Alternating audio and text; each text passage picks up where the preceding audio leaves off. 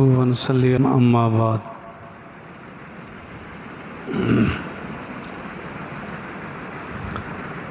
حدیث پاک میں آتا ہے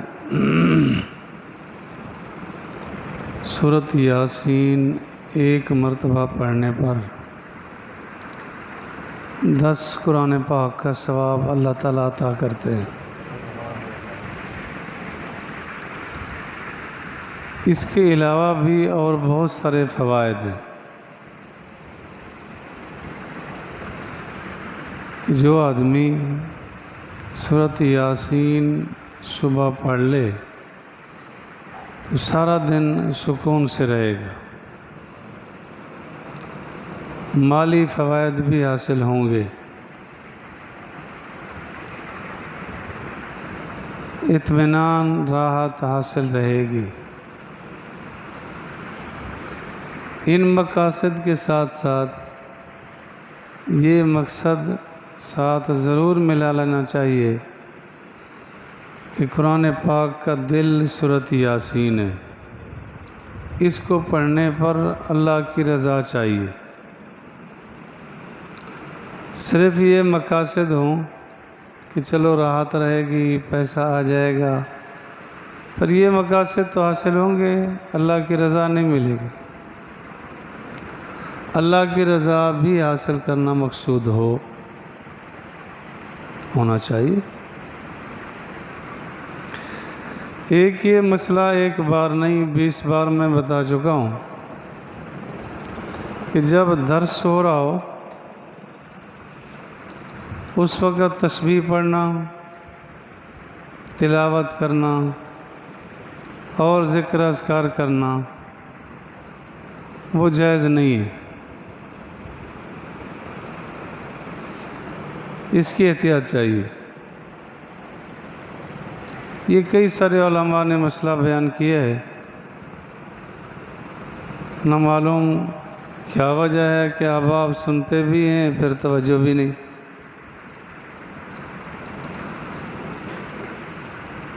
درس قرآن ہو رہا ہے، درس حدیث ہو رہا ہے، مسائل کا بیان ہو رہا ہے، اگر کسی کو وظیفہ مطلوب ہے وہ مجلس سے اٹھ جائے اور لگ جائے، وظیفہ پڑھے۔ درس سننا کو فرض واجب تو نہیں، سننا تو ہے اپنے فائدے کے لیے، پھر ٹھیک ہے، فائدہ اٹھائے تو پورا اٹھائے۔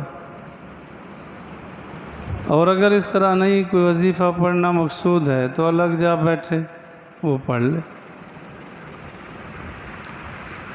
کئی سارے احباب کو دیکھا گیا ہے، بہت بڑے علماء، بہت بڑے صلحاء کی گفتگو ہو رہی ہوتی ہے، وہ اپنے تسبیحات میں لگے ہوتے، اپنے وظائف میں لگے، یا اپنا کوئی کتاب کھولی اور اس کے مطالعے میں لگے۔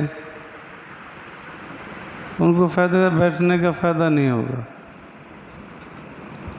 قرآنی آیات پڑھی جاتی ہیں، احادیث پڑھی جاتی ہیں، فقہ کے مسائل بتائے جاتے ہیں، اس کی توجہ ہی نہیں۔ ایک یہ بھی کوشش کر لی جائے کہ جب درس ہو رہا ہو خاموش ہو جائے، توجہ سے سنے۔ ایک یہ مسئلہ ویسے ذہن میں رکھنے کا ہے کہ جب بھی کوئی گفتگو کر رہا ہو اس کا سننا اگلے والے کے ذمہ لازم ہوتا ہے۔ کوئی بات ہی ایسی ہے کہ وہ سننا نہیں چاہتا تو اس کو رخ دکھا دے کہ میری توجہ نہیں ہے، تاکہ وہ بات ہی نہ کرے۔ اگر نہ ایک آدمی بات کر رہا ہے تو سب کی توجہ چاہیے ہوتی ہے۔ ایک تو درس قرآن ہے، ایک ویسے آخر ایک مجلس قائم ہے، اس میں وہ گفتگو کرنا چاہتا ہے، وہ اپنی میں لگا ہے، وہ اپنی میں لگا ہے۔ شیخ سعدی رحمۃ اللہ علیہ فرماتے ہیں گلستان میں کہ ایک آدمی ابھی بات کر رہا ہے، اس کی بات ختم نہیں ہوئی، دوسرا درمیان میں بول پڑا، تو شیخ سعدی رحمۃ اللہ علیہ فرماتے ہیں اس کی کم عقلی کے لیے یہی دلیل کافی ہے۔ اور ہماری مجالس میں ایسا ہی ہوتا ہے، اس کی بات ابھی ختم ہوئی نہیں، دوسرے نے شروع کر دی، تیسرے نے شروع کر دی، کسی کی بات سنی انسنی بس رہ جاتی ہے۔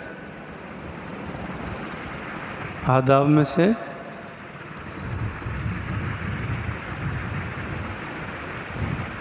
اسی طرح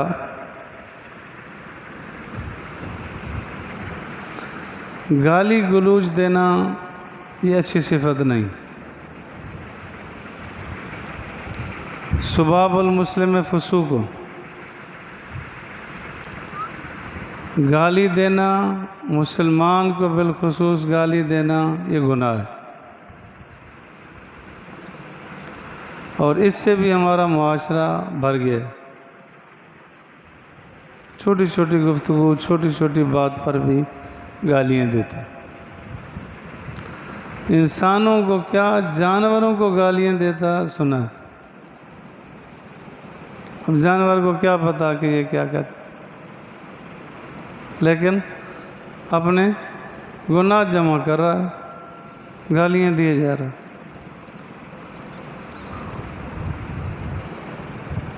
اور غیبت تو گناہ ہے ہی، نیکیوں کو بالکل تباہ کر دیتا ہے۔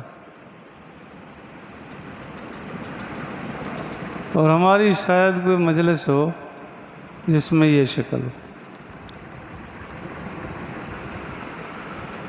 تو زبان کی حفاظت ہونی چاہیے۔ باہر تو کیا مساجد بھی محفوظ نہیں، بیت اللہ کے پاس بیٹھے ہوئے مسجد حرام میں بیٹھے غیبتیں کر رہے ہوتے۔ واقعی احتیاط چاہیے۔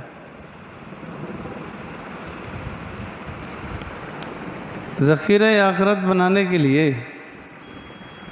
جو کچھ پڑھ کے جمع کریں گے جمع ہو رہا ہے،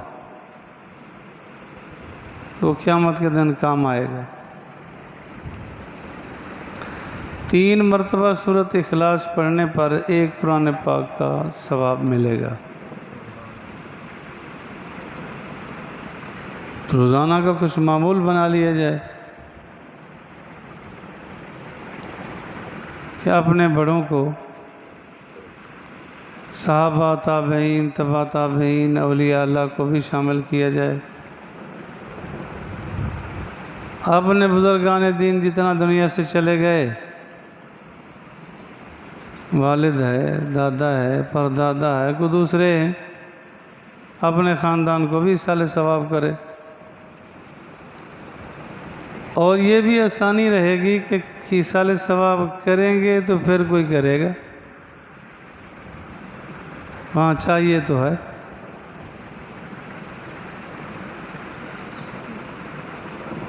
دینیات کو سیکھنے کا، پڑھنے کا مزاج بنایا جائے۔